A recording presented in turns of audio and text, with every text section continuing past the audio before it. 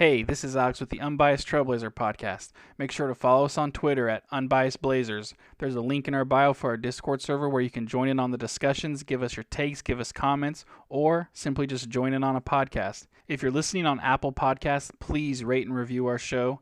And if you're listening on Spotify, there's a new feature where you can rate our show as well. Now, let's get to the show. Rip City, baby. 3, 2, 1, 0. 0. Lift off and the clock has started.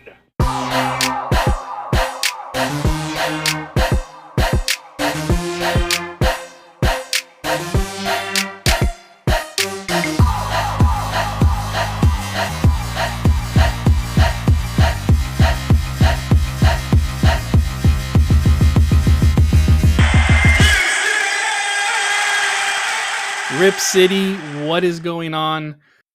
First and foremost, this is episode 50, the big 50. We're about to start getting AARP letters with how long we've been doing this, I think. That's how it works. First and foremost, Fawad, I just want to say, once again, we've made it to 50. That's awesome.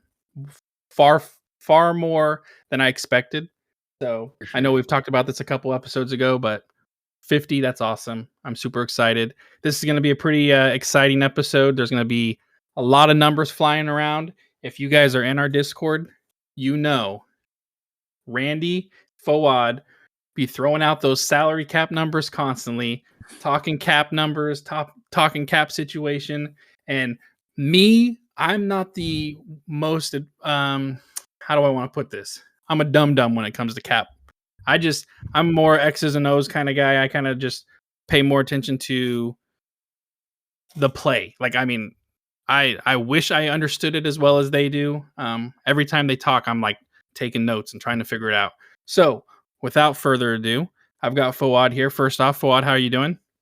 I'm good. I'm excited to be here. I feel like it's been so long since our last one, even though it was only, I think, 2 weeks. That's true. And there's a lot that's happened in those 2 weeks. But before we continue in there, you just heard a little bit there. We have Randy here with us. Randy, this is your first time on the podcast. How are you doing tonight? I'm doing pretty good. My wife put down the boys, so it's just me for the night, and I kind of got the chance to join. So I was kind of looking forward to it. Yes, Fawad and I have really been looking forward to talking with you because, like I said, you guys definitely know the cap stuff, and it seems like a lot of the stuff that we talk about in Discord, I agree with a lot of the things you come at us with. So it's going to be I think this is going to be a pretty exciting podcast. So I'm going to throw it to Fawad. Fawad's going to kind of run this one. So Fawad, take it away. Yeah, I just wanted to echo a lot of what Alex just said first, though. We've been looking forward to having you on for a while.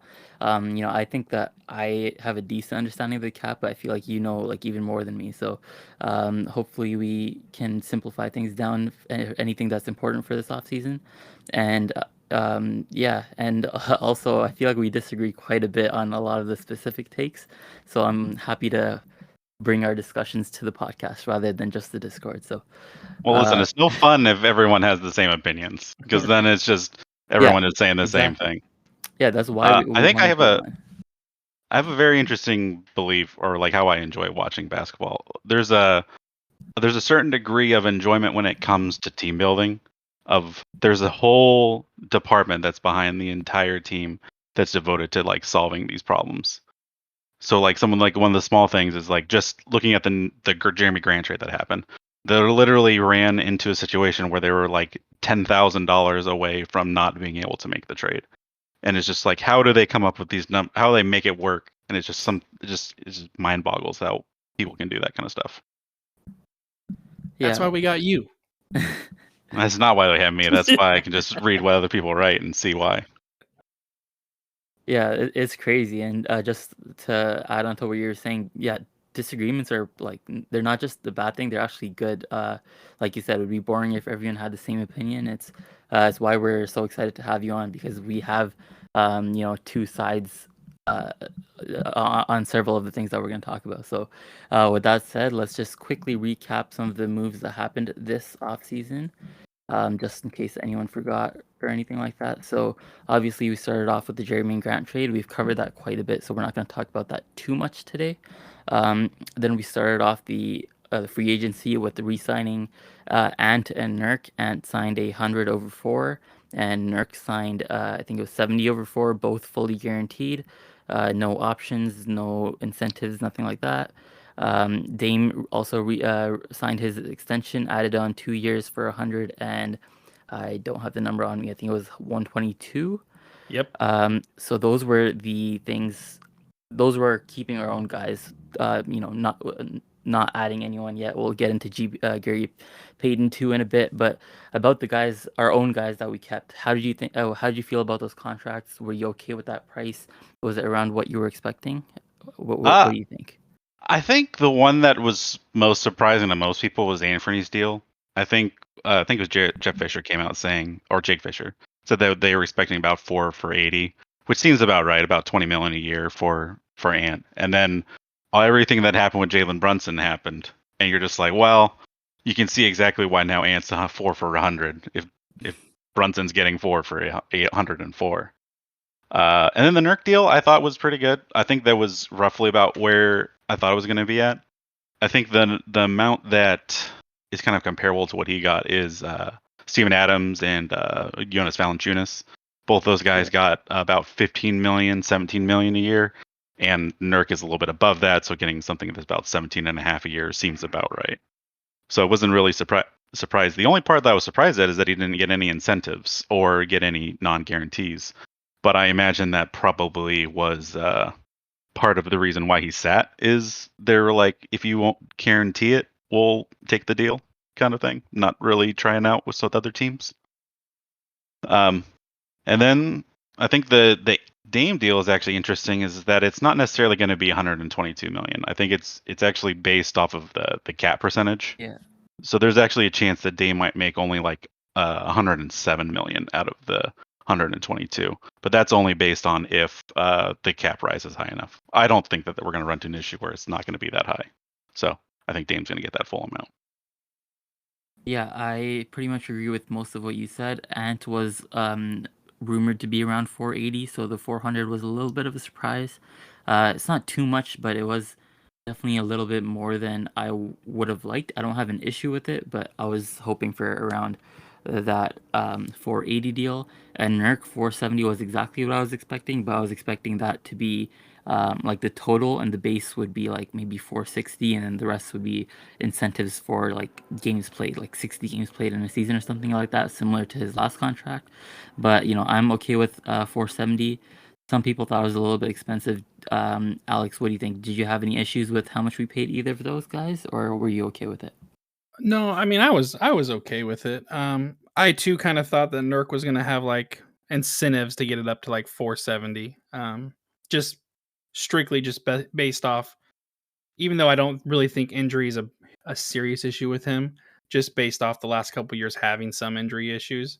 But 4 for 70, I think, is more than fair for him. I think it's kind of a double-edged sword with Simons because I think we got Grant so cheap because of, I believe it was, what was it, the Christian Wood trade that kind of lowered the bar for what we ended up getting Grant for.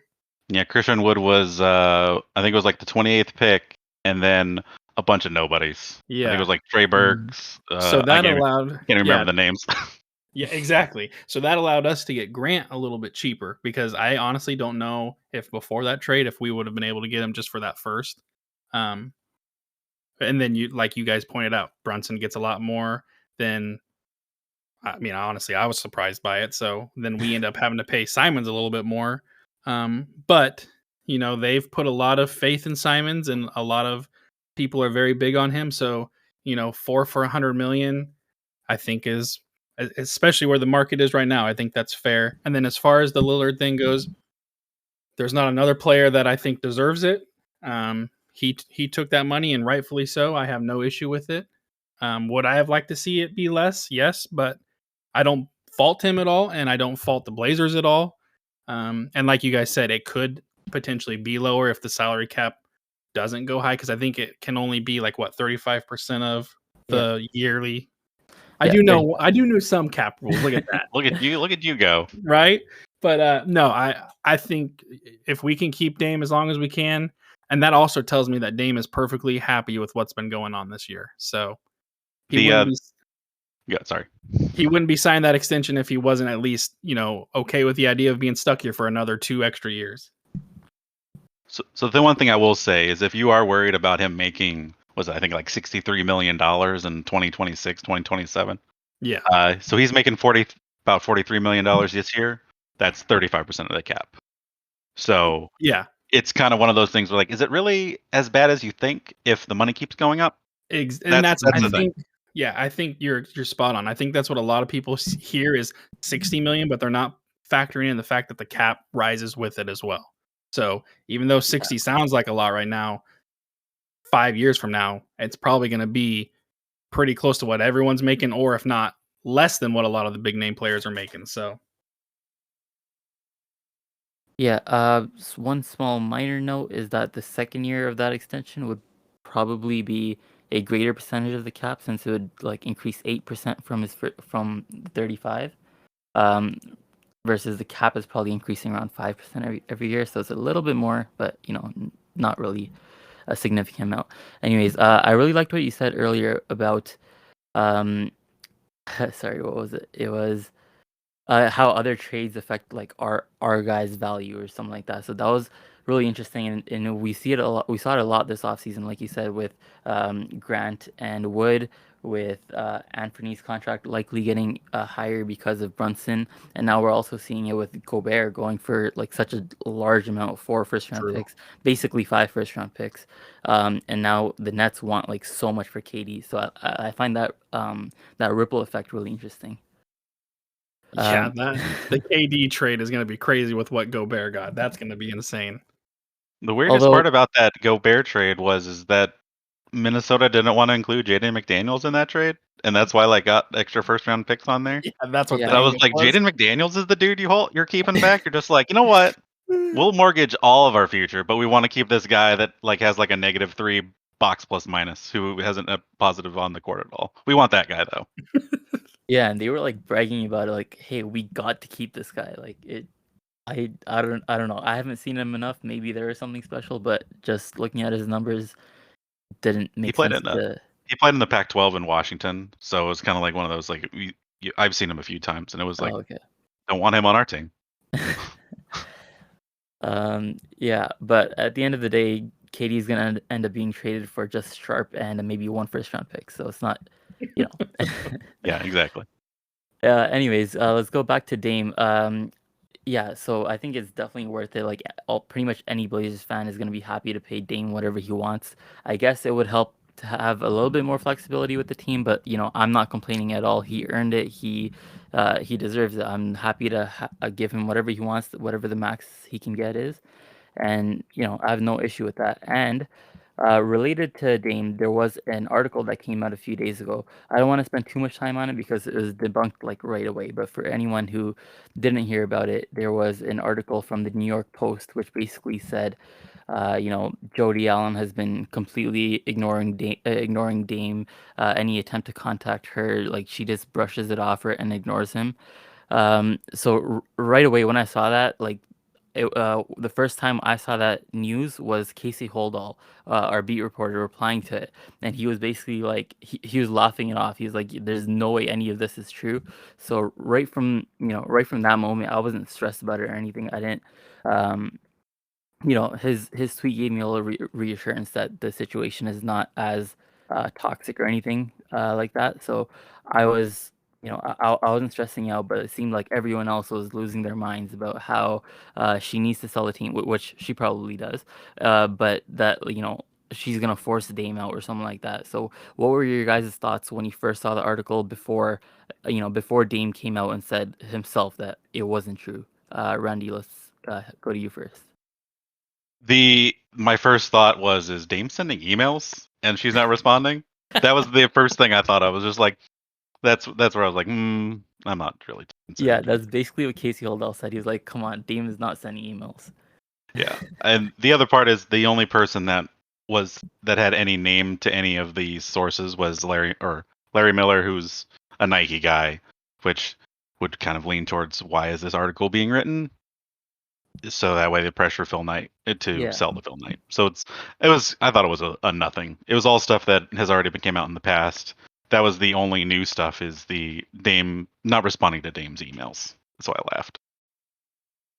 Yeah, Alex, anything to add? I truly don't have much. When I saw it, I was like, yeah, that doesn't even really make sense at all. And I was expecting to see a part 2 to that tweet and saying he also sent her a pager and a fax, and I was like, where did they must have forgot to tweet that part. But yeah, The The carrier when I- pigeon died somewhere. yeah, carrier pigeon. Yeah, when I saw that, I was like, yeah, that just doesn't even like that doesn't make any sense at all. And then I don't even think it was 2 hours later, and then they came out and said, yeah, that's not an issue at all. The only thing it did was kind of give a little bit of light of why did Jody Allen put that thing out earlier that Yeah. week, Yeah, where it was true. like, oh, we're not selling the team for like 10 or 20 years. You guys can just wait. It's like that came. There was like nothing, Yeah. and then this is the reason why. Very true. Yeah, it's honestly not even worth talking about, but I just wanted to debunk it in case anyone didn't see that follow up from Dame or Chris Haynes, whatever. Yeah, it was just a whole lot of nothing from Nike's side to put pressure on Jody to sell to them. Instead of my personal theory, which is 10 years lines up pretty closely to maybe when Dame will retire and have a little bit more money, he could buy the team. So it's a pipe dream, but it's not completely unrealistic. But He's almost there. his career earnings are going to be around 700-800 mil, so it is possible. All right, okay. Now let's move on to some of the guys who we acquired. Actually, I think the only guy is Gary Payton 2. What do you think about the signing? Do you like it? Do you have any concerns, Randy? Let's start with you. I really like it for two different reasons. One, I like that we use the full MLE to get a guy that's on a multi-year deal. Last time we had the full MLE, we used it on Derek Jones Jr., and then he was not even on the team next year. And then he got some tiny deal this summer. So a guy that I think is going to be really good, I think and then on a longer deal is important. And part of that is so that way we have flexibility for future trades. Mm-hmm. If we end up moving Very true. hard at the deadline, I think that's a good person to have on the roster, because I'm going to speak it in existence that Hart's off the team in the middle of the year for a trade. No. Yeah. No. You don't say that. Hart is I think it's likely only just because him and Little both going into free agency next year. I think that you're going to have to pick or choose one of those, and I think that honestly it's more think I'd likely. pick Hart. I think I'd rather have Hart. And that's valid. You can definitely think that. I would too. You could be wrong, but I would too, and part of my reasoning is because I think Little would earn more in a trade. So that I factor that in as well. It's not just about who they are as a player. yeah. The other part of Gary Payton that I really like is he just can play any position. He can play your center. He can play power forward. I think it's gonna be weird to see kind of where he lines up, because I think he's gonna play differently on offense and defense. So I think on offense he's gonna be like your power forward, your wing, kind of like he's gonna be like a Harkless role where he sits in the corner and shoots threes from there, or then baseline cuts, screening kind of action. But then on offense, he's going to be your main point of attack defender. So when you're talking about coming off the bench, because Little's going to be starting, you're going to have Gary, you're going to have Hart, and then you're going to have probably Winslow is my money, and then Watford as the center and your backup. And that's kind of going to give you a lineup that's going to be switching 1 through 5, which I think we've seen a lot of that in Summer League, which is conveniently a lot of those similar players. So I think he's going to be very useful in that lineup. And then vice versa, whenever Ant or Dame sits, you're going to have a Bulldog that's just on defense coming right off the bench. And he's going to be able to play like 20, 25 minutes. And you're going to be perfectly happy with those minutes that he plays. Yeah, for sure. I was going to ask Alex what he thinks his position, what Gary Payton's position is, because it's it's not really the most clear. Like you said, he plays different on offense and defense, but a lot of Blazers fans had concerns that he's only 6'3", so they were acting like it might be too many guards. But Alex, what do you think? Is that a fair concern that we have too many guards, or do you see him as maybe more of a 3 or even a 4 on offense? What do you think? I think the way he plays, I see him as a 3. His height suggests he's a 2 or a 1. Honestly, a 1. Honestly, at 6'3", but he does not play like he's 6'3". There's a total difference in the way he plays compared to Simons and CJ and Dame as far as their height and on defense. I mean, Randy said it pretty well. Defensively, you can tell our mindset this offseason was to get a lot of defensive minded players, and I think we did. And I'm excited to see what Peyton can do for us. He's from, Oregon State. He's got ties here. He's an extremely hard worker. He's I would say he's a decent shooter. He definitely can, slash to the basket, and he's got no fear. And I'm excited. I would say in my mind, he's a 3. He can guard 4s. He can. I don't think we have the team necessarily to let him guard 4s, but I think he could if we needed him to. I think our team is much different than the Warriors defensively, where he was able to guard 4s there when they needed him to. But I think it's a great piece to have. Like you guys said, his deal is pretty friendly. I'm excited to see what he can do for us. The only thing that blows my mind is he's 30. I didn't realize that. Wow, really? It's mind-boggling. You're just like, how is this dude? I could have he was on the summer league for Blazers. Yeah, like 2 And you're years just like, ago. now all of a sudden he's 30 years old. You're just like, this isn't real. Yeah, it's weird, but that doesn't affect me at all. I'm still glad we have him. Yeah, I feel pretty much the same way on a lot of what you guys talked about. When I first saw it, I was concerned for maybe like 10 minutes because he was 6'3". I knew he's not a guard. He plays more like a wing.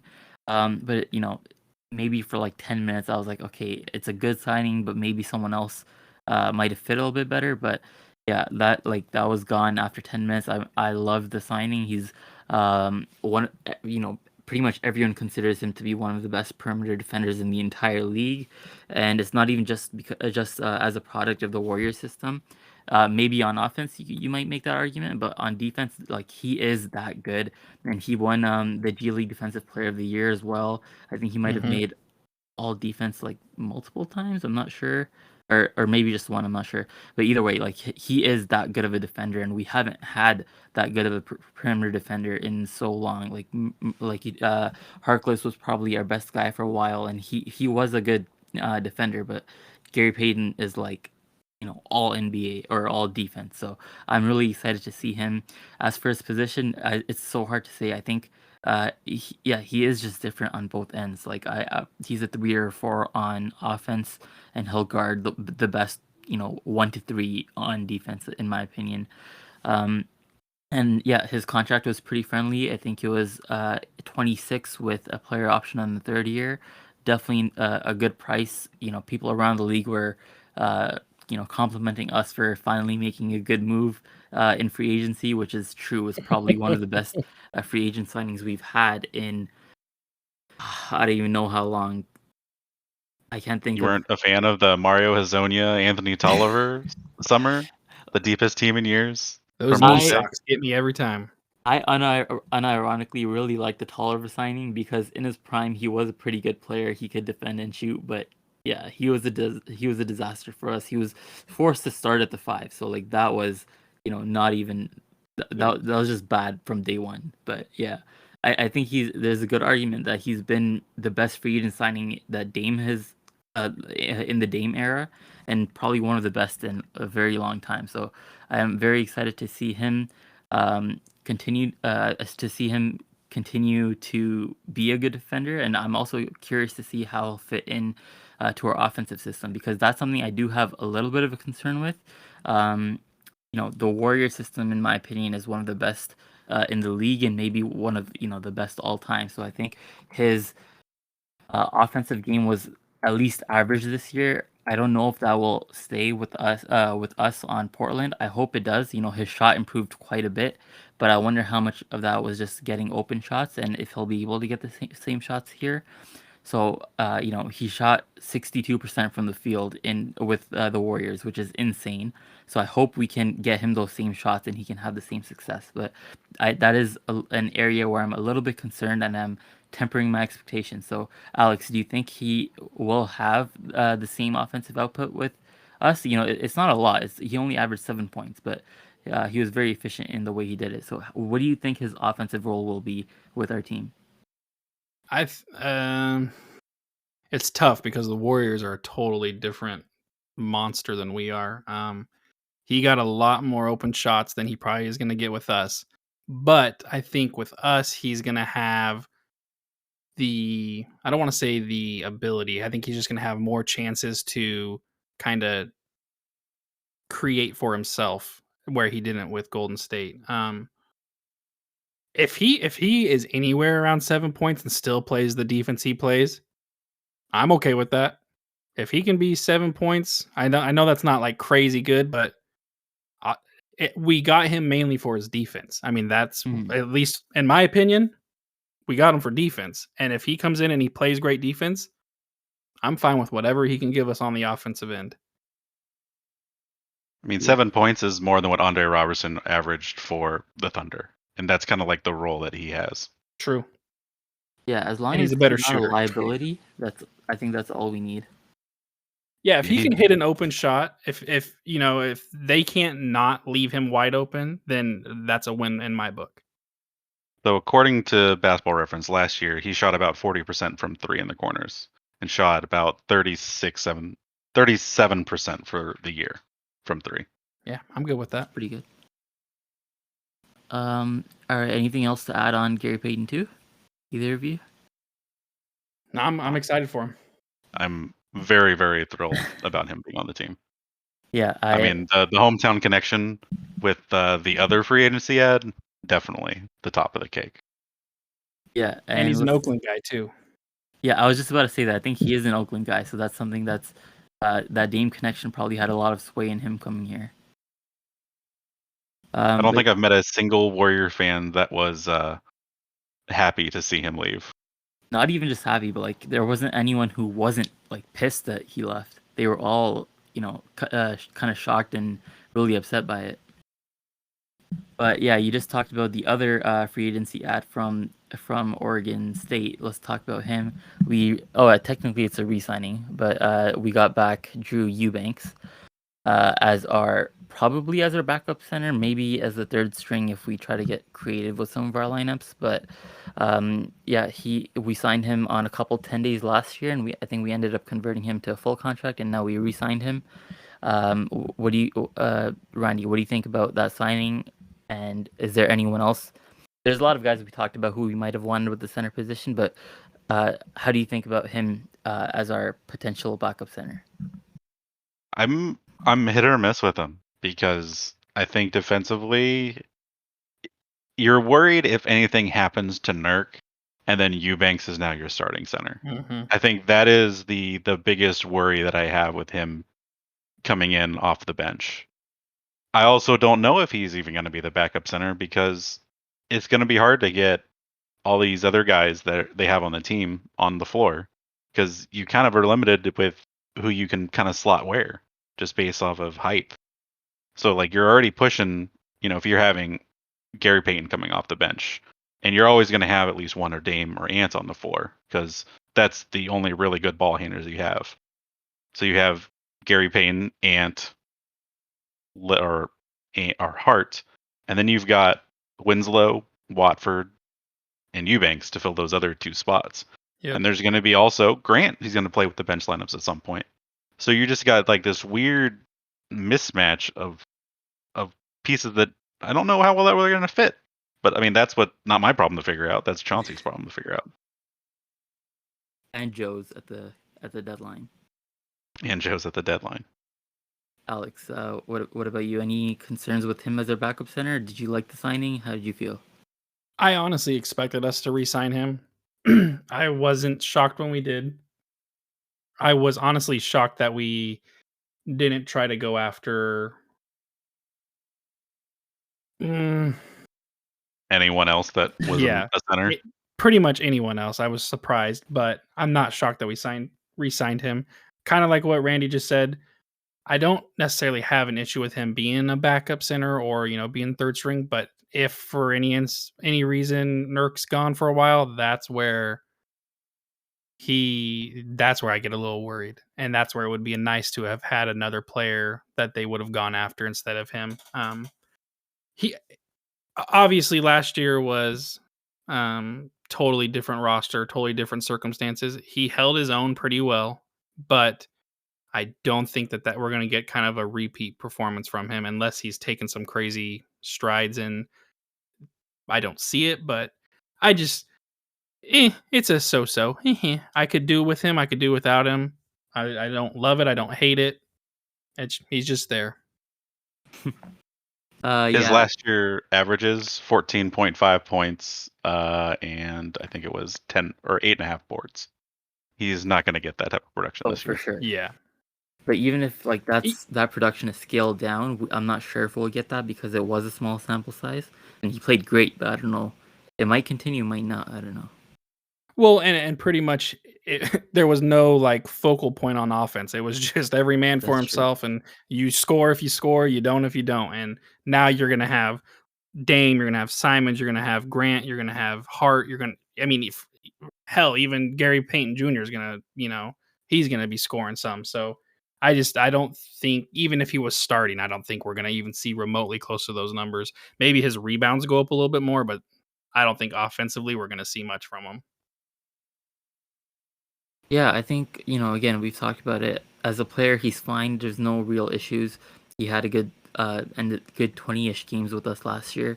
But Hmm. kind of like what Randy was talking about, when and Alex too, when Nurk goes down, that's when the questions start. Can he hold his own as a starter if Nurk is gone? Um, and if maybe if he gets injured too, who do we have after that? And even if it's only Nurk, who's backing up Eubanks after that? Watford, Grant, Winslow, they might play center, but I don't know how good they will be at that position. So that's something that concerns me a little bit. I think the roster construction, the fit is not ideal. Like you said, it's on Chauncey to figure that out. But we have a lot of fours. I feel like we have Grant, Winslow, Watford, who all of them I see as fours. And then an argument for Gary Payton as well. And Nurk actually joked that Gary Payton would be his backup center, which I thought was funny. But it shows again how he can play pretty much any position on defense and on offense as well. But yeah, I do wish we had another big. Jabari Walker is showing some flashes, but I don't think that'll be enough to get him into the rotation anytime throughout the year.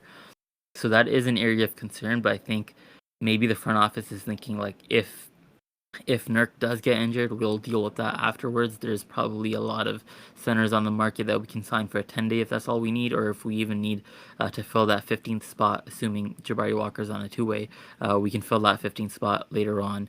And there are decent centers still on the market. DeMarcus Cousins, I think Dwight Howard is still unsigned as well, and if need be, we can trade for it as well. So there are ways to fill that gap if Nurk does get injured, but knowing Portland, that's more of a when than an if. But yeah, right now our big depth is looking a little thin, and it could be concerning, but we'll see. And anything else to add on Eubanks or on our bigs or anything in general? Well, I just want to add one thing. I think most of us can agree that the plan wasn't this year to be, championship contenders. So, you know, yes, it's kind of weird to not have a lot of bigs, but if this is just like a 1 year grace period where we're waiting for next year to kind of really buckle down and go for it for reals. One more year of not really having a solid backup center. And I'm gonna be honest with you, the two names you mentioned, Cousins and Howard, I would be fine with us having either of those guys coming off the bench or having to replace Nurk much more than I think I would with Eubanks. I don't know. Uh, It'd kind of be weird to see Howard, but my dream would be Serge Ibaka coming well, in on the yeah. minimum. I think me and Yeah. Fawad talked about that last podcast. Hmm. That was our number one guy, and I think who did he end up going to? I think he re-signed with Milwaukee, right? I don't think he signed with anybody yet. I think there's just so many people that are just waiting for what happens with Kevin Durant before I'll they just sign double anywhere. check. I'm gonna look it up real quick. I'm pretty sure I saw him sign with Yeah, somebody, but I could be thought totally wrong. I remember seeing people were surprised that they would sign him after he basically didn't play. But sure, while Alex looks that up, I guess I'll quickly talk about the last little move of the offseason, which was just waiving Bledsoe, which was not shouldn't have been a surprise to anyone. I saw a lot of people weirdly outraged that we waived and stretched him rather than trading him. But yeah, again, that should not have been a surprise at all once we signed Gary Payton to the full MLE, because we're hard capped. So any trade would have been uh, with any trade with Bledsoe would have been difficult to pull off without going over the hard cap. So that wasn't a surprise to me at all. There was a little bit of a question whether he'll be stretched or not. And he did end up getting stretched, which will likely help us stay under the tax. But it also gives us a little bit of flexibility. If there is a trade that we see at the deadline or just mid-season, we have that the traded player exception from Robert Covington that will almost completely fit inside the apron, if I am remembering correctly, and Randy can fact check me on that in a second. But yeah, where it puts us at right now after stretching it is we are just a couple 100,000 over into the tax, and we'll almost definitely, if we don't find a trade that brings us higher into the tax, we'll definitely trade. I think probably Didi Lozada and get out of the tax altogether, which probably is the right move because it'll give us a little bit more flexibility next year. Yeah, Randy, what do you think about where our situation is at and how much flexibility we have? Or Yeah, I actually, think Alex, if the you have the Ibaka, let's hear if you. Two oh two yeah, things. Ibaka did sign with the Bucks, Okay. and for those of you that are watching right now, Richard Jefferson's about to come in and referee a second quarter game of the Blazers. So oh baby, we're getting smacked. It's like 24-9, but he's coming in. oh he'll even it up for us. Get that old hometown cooking for us. So the overall deals I thought were very interesting.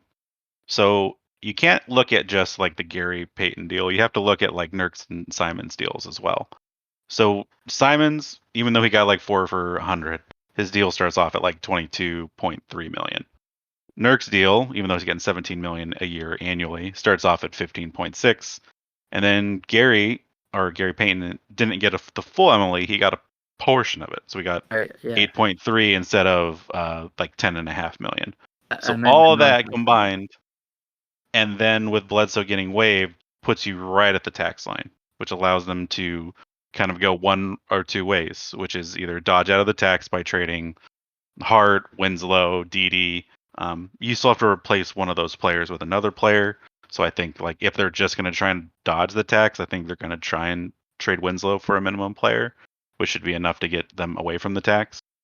And then the other thing is like if their team is good, they can use the TPE to take in some guy that's on a minimum or either on a rookie deal or somebody that's making $5 to $6 million, and then go up to the hard cap. And then I think it's at a really good situation where they kind of can do, if they dodge the tax, they're not going to be repeaters until the last year of Dame's extension because we skipped it for 2 years. So there's some weight into that. It's overall I list like most of the moves they made this year and kind of where the situation they're at. If you had to give the offseason a grade, what would you give it? My criteria for an A plus grade would be as if they had a new starting small forward, and then a new starting power forward, and then a good signing off of the bench with whatever they use, the MLE or the TPMLE. So they got the starting power forward with Grant, and then they got the good signing off the bench with Gary Payton. They didn't really solve the new starting small forward, so I'm kind of like in like the B plus. I think that's kind of where I'm at. And then the Sharp thing, I'm still like in this weird range for that of like I'm excited about it, but also cautiously not, because I can't stand another heartbreak.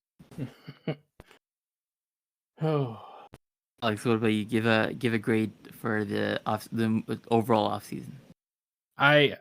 I think I would give it probably like a solid B. When we started off trading for Grant, I was like, "Oh my god, we're on track for an A plus here." And then it wasn't that it was a bad off season. I think honestly, this is probably one of the best off seasons in a long time. I think Joe made a lot of good moves.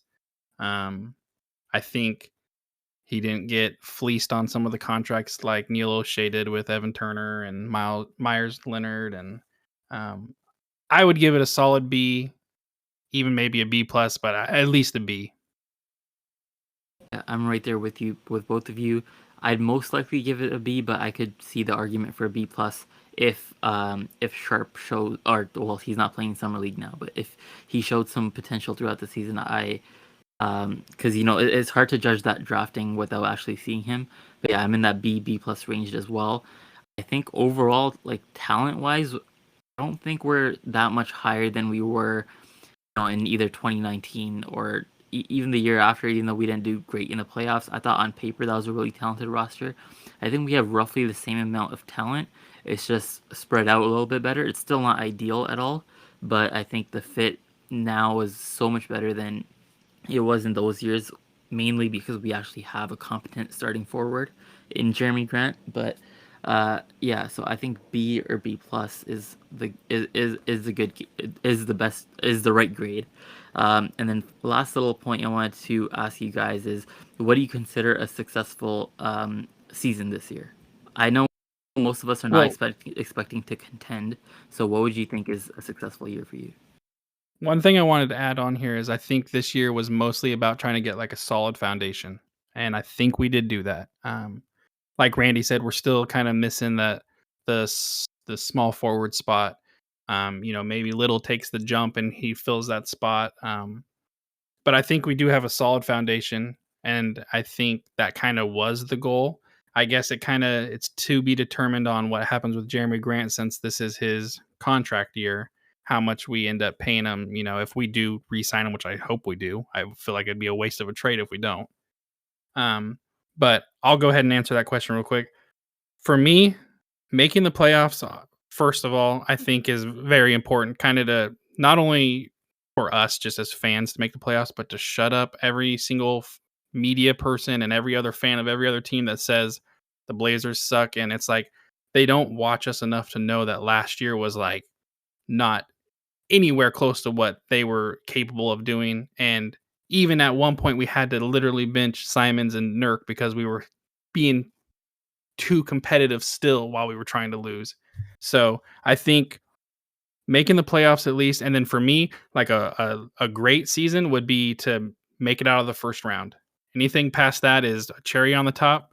Whether we make it out of the first round or not, I don't know, but I don't see us going any farther than the first round. Yeah, I think making the playoffs and avoiding the play-in is probably what Good I think point. would be the ideal. Good point.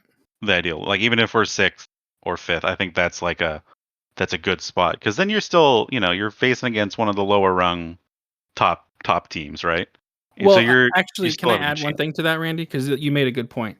I do agree. Making the play-in, or making the playoffs and avoiding the play-in, as long as we're not like the 9 or 10 team Yeah, making. If we're 7 or 8 and we're having to play in the play-in, I'm still okay with that. But I do agree. That's a good point. yeah. I think the difference between seventh and sixth this year was like 4 or 5 games. Mm-hmm. But then like the 7th through 10 was like all within like the 7th and 8th were like right next to each other, and then 9th and 10th were like, are you really teams? Are you really playoff teams? Exactly. I mean, the Pelicans were a playoff team, so good for them. Yeah. What about for you, Foa? What do you think is the good or the good season for us? I think getting to the second round for sure, I would consider that a good season, because right now I see us somewhere in the 6 to 8 seed range. If we pull off an upset, I think that's definitely a good sign. But seeding wise, I guess if we break into that top 5, I would consider that a good season as well.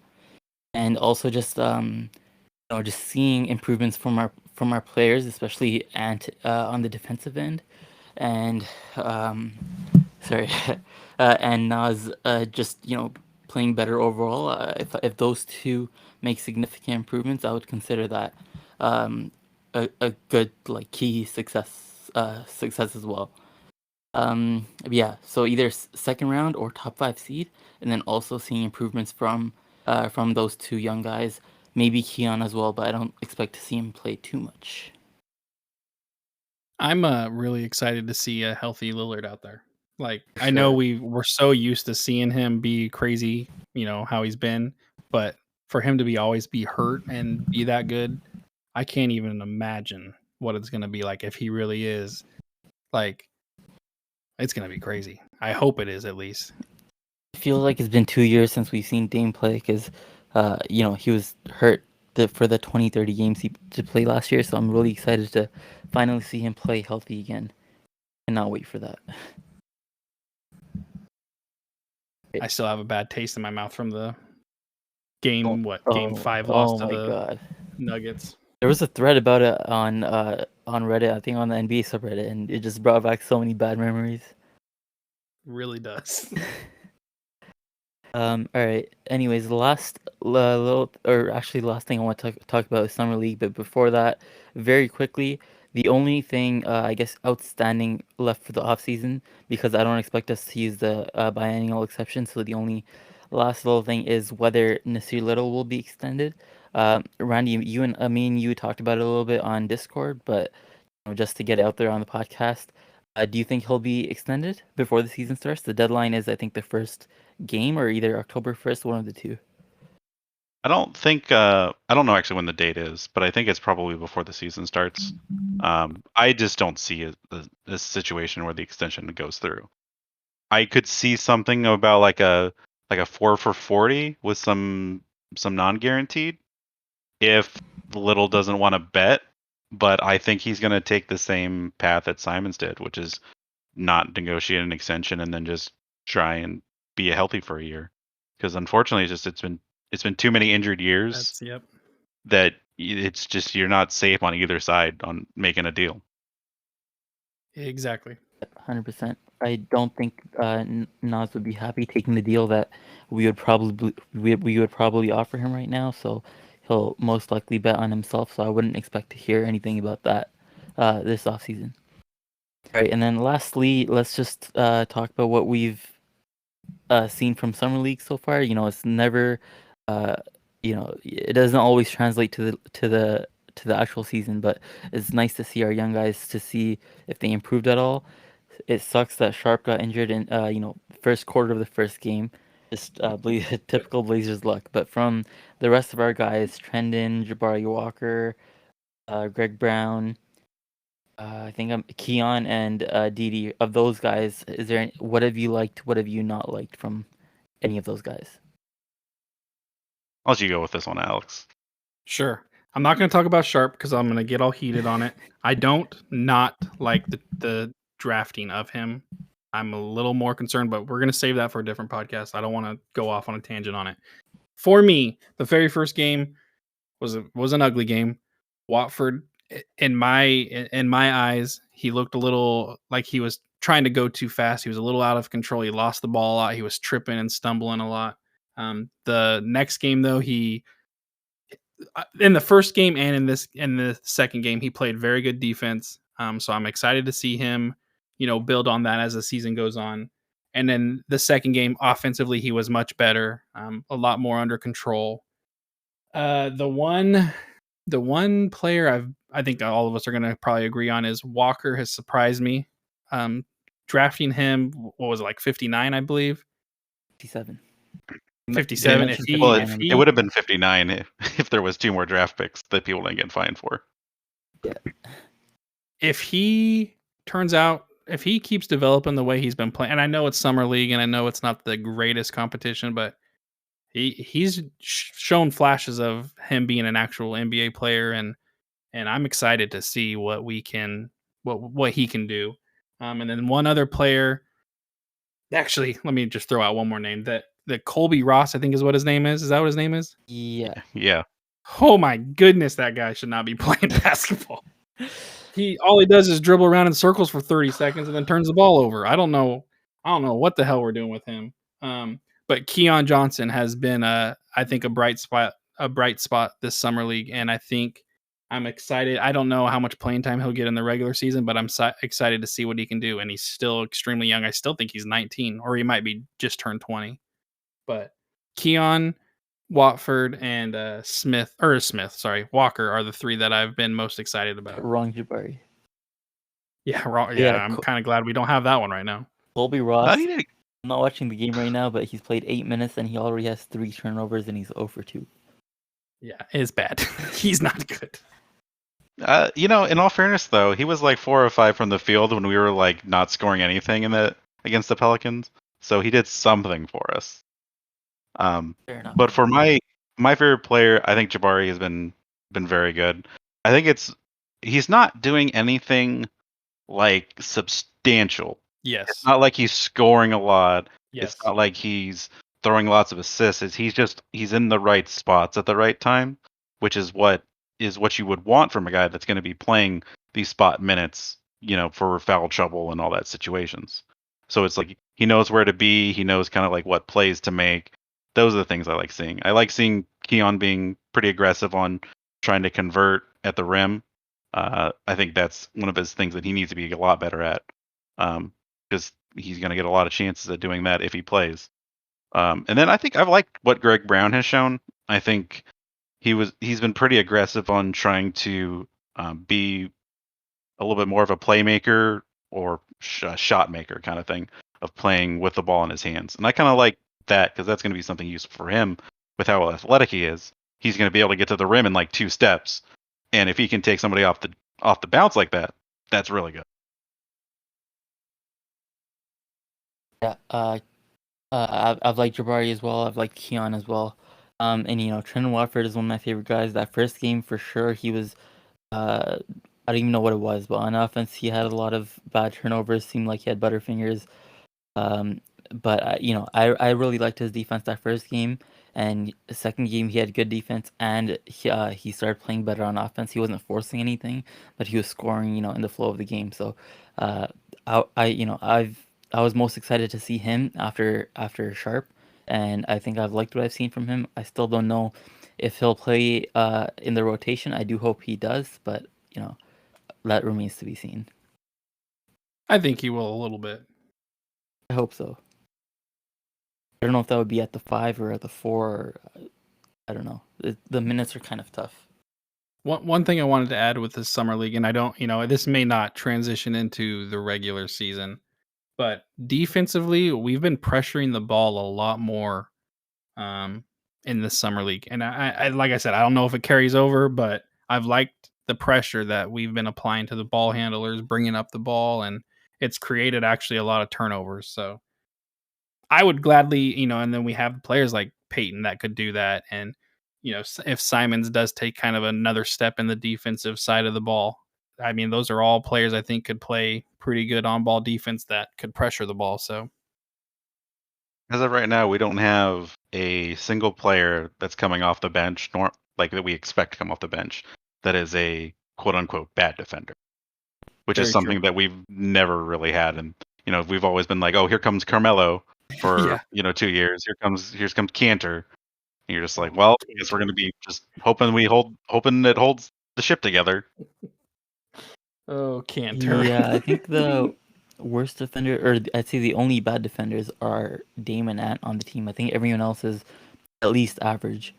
And maybe Ant will improve, so maybe he'll be average as well. But 7 of your 9 rotation guys being at least average defenders, that should hopefully lead to at least a league average defense. I hope so. It's going to be an exciting year. I honestly think so. All right, I think that about sums it up. We're at 52 minutes right now, so we're running a little. Show!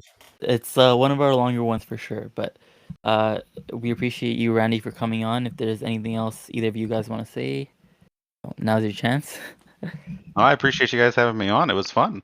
It's my first time joining a podcast, so it was. Hopefully, I didn't talk too much over everyone, Not but at all. Hopefully, you talked enough, and I wasn't talking over any of you. No, I'm good. I have nothing to add, Randy. Like Fawad said, I appreciate you joining. Thank you for doing it. And I look forward to talking with you more on the podcast and in Discord. And you live up near Portland, right? If I remember right. Yeah, I live in the Hillsborough area. So one of these days, when I decide I'm going to come up to a game, we're all going to get together and we're going to go to a game together. Absolutely. Fly out. Yeah, and Fawad, you too. And then one of these days when we win that championship parade, I'm telling you, that's my biggest dream right now, is for all of us to get together for a championship parade, because that's my goal right there. You have anything for before we wrap it up? Oh, I'm good. You can go ahead and wrap it up. All right. Randy, once again, thanks for joining. Everybody that's listening, I hope you guys have a good day, have a good night, and as always, Rip City, baby.